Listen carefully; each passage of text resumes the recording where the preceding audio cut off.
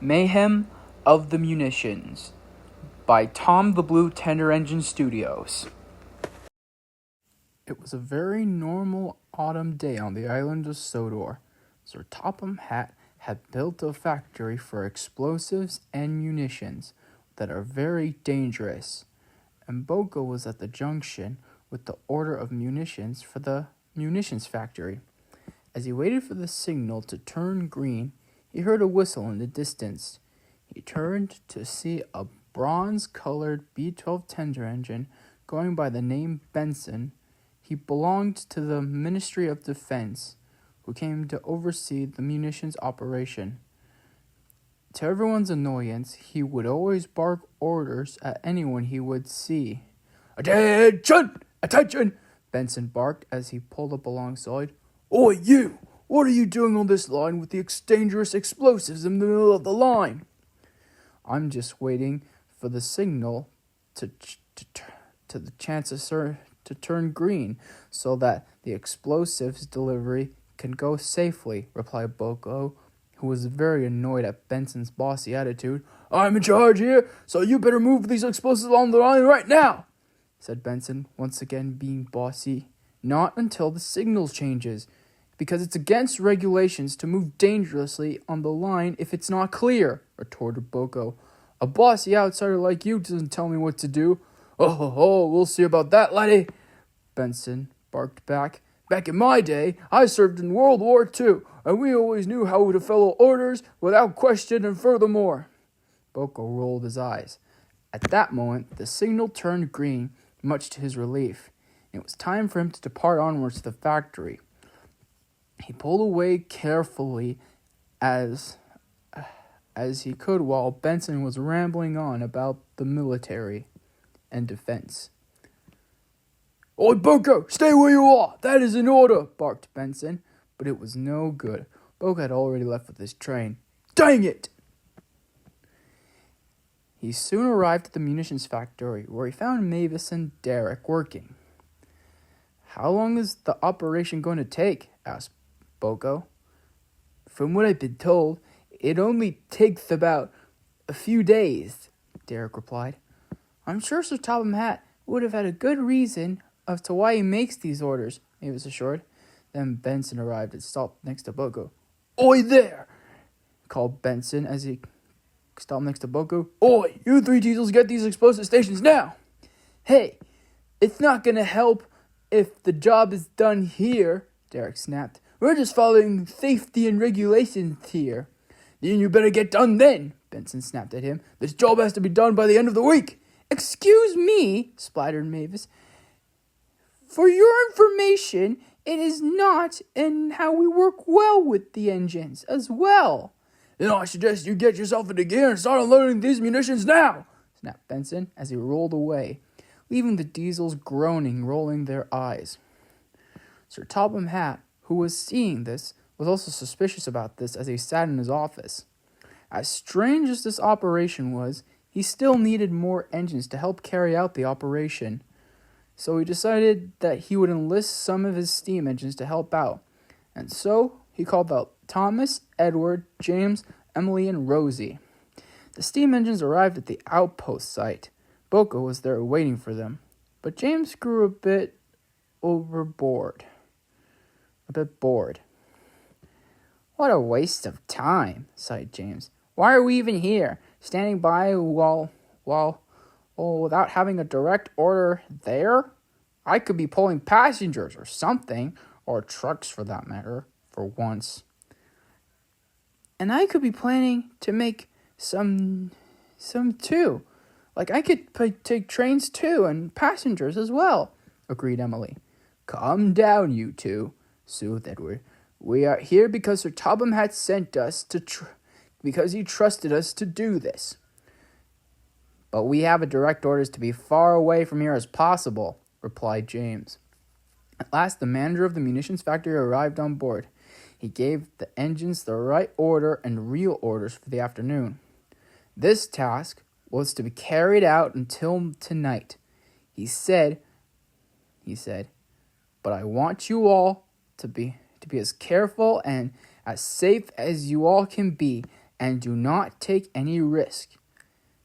"Yes, sir," said Thomas. "We'll do our very best," Edward said in agreement. And so all the engines in different directions set off to carry out the proper orders. Thomas, Edward, and Boko went to Vickerstown to pick up the last shipment of munitions, while James, Emily, and Rosie stayed behind to handle the shunting with Mavis and Derek. Later that afternoon, Thomas is waiting at the junction at Kildane with a brand new oil tanker. It was painted red with the word oil painted in black. He was simmering nicely until he could hear Benson's whistle. He was pulling a sound of a train of explosives. He was pulling a train of explosives until Benson somehow saw the oil tanker because it was too close to the port. Thomas shouted crossly, "Hey, you naval twit! You just scratched a brand new oil tanker deliberately. I have an order to move it out of my way. This railway is the most far undisciplined I've ever worked in my whole years," huffed Benson.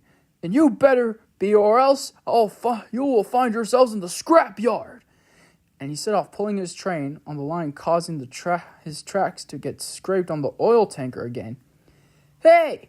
Thomas crossly shouted. "You get back here! You just scratched it again!" But Benson had already been gone. Thomas rolled his eyes in annoyance. Nightfall came down fast. The last shipment of munitions and explosives had all been delivered to the munitions factory. The engines, Edward, James, Emily, Rosie, Boko, Mavis, and Derek watched anxiously as the crane lifted a platform of 2 crates filled with explosives onto a lorry to be taken away. One last slip-up could mean disaster. "I'm glad to be rid of this lot," James sighed. So then suddenly, a whistle sounded in the distance, followed by a familiar voice. "Attention! Attention! Attention!" "Oh no, here we go again," groaned James. Benson arrived pushing some trucks filled with explosives covered in tarpaulins and stopped near where the big box was filled with munitions. Then Thomas arrived next to Benson. "What's going on here?" asked Thomas. "The schedule says I'm next." "Oh, don't you start, laddie. It's my turn to go next," retorted Benson indignantly. "I'm coming alongside. It's my line. It's my turn, and I got orders too," argued Thomas. "Whose orders?" "Sir Topham Hatt's orders," said Thomas. "And I'm coming alongside." "Oh, no, you don't. If you go through, then you'll have to let me through first," he snapped, and he pushed through the trucks quickly without the risk of his safety. Benson, wait!" "Benson, wait!" cried Edward, but it was too late. The truck that Benson was pushing had bumped into a tanker, which caused it to derail and split open, causing the fuel to trickle off the tanker. The sudden bump caused Benson to shoot out sparks from his funnel, and it landed on the puddle, and suddenly the fire appeared right out before the engine's eyes. They were all horrified. "Oh no, now look what's happened!" gasped Boko. "Oh my gosh!" screamed Emily and Rosie. "Now look what you did, you dummy!" scolded James. "Oh no!" Thomas gasped. "Good heavens!" shouted Mavis and Derek. The flames spread across the floor quickly, and they exploded a small area of explosives, which caused a bigger fire to spread across the ground too. "Everyone, get clear and quickly!" cried Thomas. "No, I'm in charge. Stay where you are," ordered Benson. "Are you kidding me?" growled Derek. "I'm not standing still while there's a fire spreading out right now." And he quickly ran to a safe distance. "We're done following your orders," scolded Emily. "You caused all this mess. Now everyone, get to safety while you still can." "Can't argue with that, I suppose," said James. And all the engines reversed to stay out of range of the flames. Well, they were safer now. "Hey, stay right where you are! Emergency, emergency! Clear the area immediately!" cried the manager as the factory workers all ran for cover as the flames quickly spread and caused several explosions. "No, stay still and obey orders!" But bellowed Benson, but everyone refused to follow his orders. "Oi, this is a mutiny! I'm in charge!" he cried. "I'm taking you out of there too," said Thomas, as he coupled up to Benson's tender and pulled him to the other and shunted him in the back. Then they heard the sounds of alarms blaring across the yards. "Oh, this is horrible," explained Emily. "There has to be something we could do," Thomas said, "or otherwise I don't think Soda will be waking up tomorrow thanks to that fire." "But how?" Rosie asked in desperation. Luckily for them, Harold the helicopter, who was doing his night patrol, spotted the danger from a mile away and quickly flew back to Tidmouth to alert Sir Topham Hatt and his engines of the disaster. He was standing on the platform, speaking to most of his engines, when Harold flew in. "We got trouble, sir," Harold cried from above, which caused everyone to turn and look. "There's a fire at the munitions factory." "Oh, no!" exclaimed Sir Topham Hatt. "I have a bad feeling that this would happen." "If there is a fire at the munitions factory, then that means—" "Oh, no," gasped Douglas. "And so is my best friend," gasped Percy. "And so is poor Thomas," gasped Molly. "What are we going to do, sir?" "We're going to need all the help we can get," he boomed with determination. "We need water tankers, the fire brigade, and everyone who can help us prevent the disaster." As the engines charged down the main line to the rescue, everyone who was witnessing the fire at the munitions factory could only look in horror as the fire quickly spread across the factory. They knew that they had to do something before the flames could spread across Sodor like a wildfire. "This fire is getting out of control," cried Rosie. "I just hope that the cavalcade along with the fire brigade comes soon," said Mavis worriedly. Then suddenly, few more explosions followed. The fire spread along the ground towards two flatbeds that were coupled up to the new oil tanker that Thomas had delivered. Thomas noticed it quickly and was horrified. "Oh, sweet buffers!" he cried in horror. "That oil tanker's going to go up next. I have to get it out of here." "No, Thomas, stay back," cried Emily. "That thing will blow up and it'll take you with it." Thomas got closer to that flatbed, and just as he was about to push it. "It's really hot," Thomas said as the heat of the flames got to him. "Okay, then, I'm going to do this. Little engines can do big things," said Thomas. "Very good, Thomas," called Edward. "You are very brave," called Rosie. At that moment, the cavalcade survived.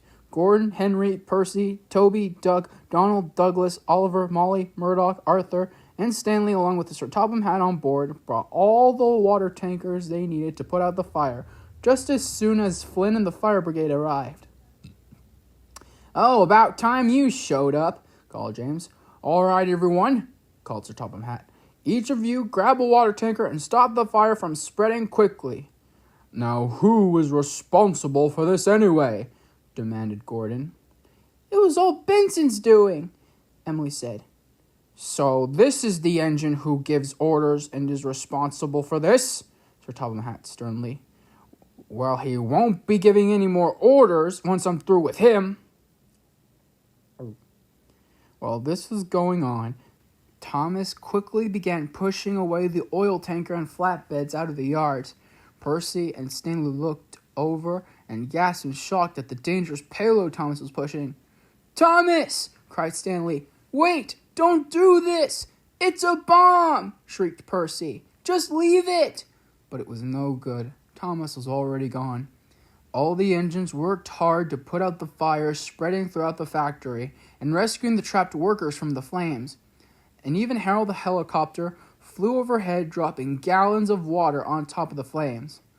"Wow, that's a lot of fire and water," whispered Henry. "Ugh, all that smoke and soot is making my paint all messy," complained James. Meanwhile, on the main line, Thomas continued pushing flatbeds and oil tanker as far away as he could. Then suddenly he saw a fire that touched the oil tanker and was about to explode. "Cinders and ashes!" cried Thomas. "It's going to blow! I have to get out of here!" Just as soon as he backed away from the flames, then it happened. Boom. A massive explosion was heard over the horizon. The ground trembled violently. Everyone turned into horror and shock. And Percy and Stanley looked with realization and horror. "Thomas!" wailed Percy and Stanley. "The oil tanker! My best friend is in trouble! I have to—" Stay where you are, Percy," called Edward. "You're needed here." But he might help! He need help!" cried Percy. By the next morning, the fires had finally been put out, and the fire brigade were beginning to extinguish what's left of the flames. They were all tired, but triumphant. But they were all sad for the loss of Thomas. "Thomas should have been back by now," sobbed Percy. "Poor Thomas. My friend is gone," whimpered Stanley. "We all must now salute the brave tank engine," Edward signed mournfully. "He had been very brave and a useful engine." All the engines closed their eyes with respect, as all tears were forming in their eyes. Even Sir Topham Hatt raised his hat and lowered his head in sadness. The sounds of crying were coming from the engines. "Beep! Beep!" Everyone all perked in surprise. "Wait, did you hear that?" asked Duck. Everyone listened all at once until the sound again. This time it was coming closer. "Beep! Beep!" "Wait, I know that whistle," said Percy. "It can't be. Could it be?" "It is!" Stanley smiled happily. "It's Thomas!" And here, steaming in the yard, blowing his whistle, was Thomas. He was covered in soot, and his buffers were slightly melted. All the engines blew their whistles and honked their horns. Even Sir Topham Hatt threw his hat with joy. "Oh, Thomas, I'm so happy you're safe," grinned Stanley as more tears fell over his eyes. "Oh my, you're a mess, Thomas. What happened?" asked Percy.